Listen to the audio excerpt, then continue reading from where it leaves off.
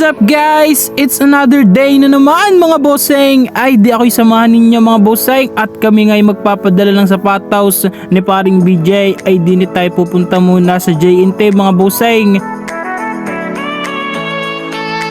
Di unahin na natin aring Nike Zoom Fly 4 mga bossing na yan ay carbon plated, ay nabili lang sa atin for 2,000 pesos.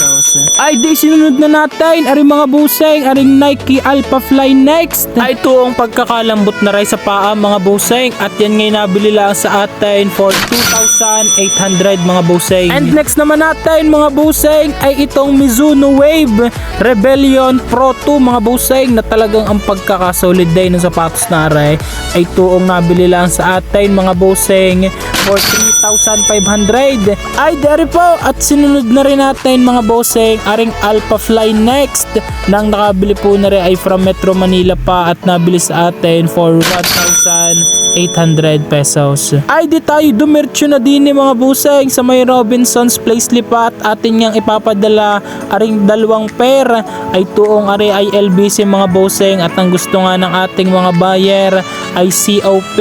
Ay pag sinabing COP mga bossing is cash on pick up. Bali yung sapatos ay doon na po nila babayaran pagdating sa kanilang branch na kanilang pipiliin mga bossing. Ay di kung gusto nyong makabili ng garning kasosolid na sapatos for road and trail mga bossing, ay i-follow ninyo aring aming page mga bossing. Arit ipapakita ko sa inyo. Ay gawa nga ng yung una naming page ay nagka-problema, kaya kami gumawa na lang ng panibago. Ay di ray mga bossing, at ipapadala na rin natin aring Brooks Divide na pang trail shoes.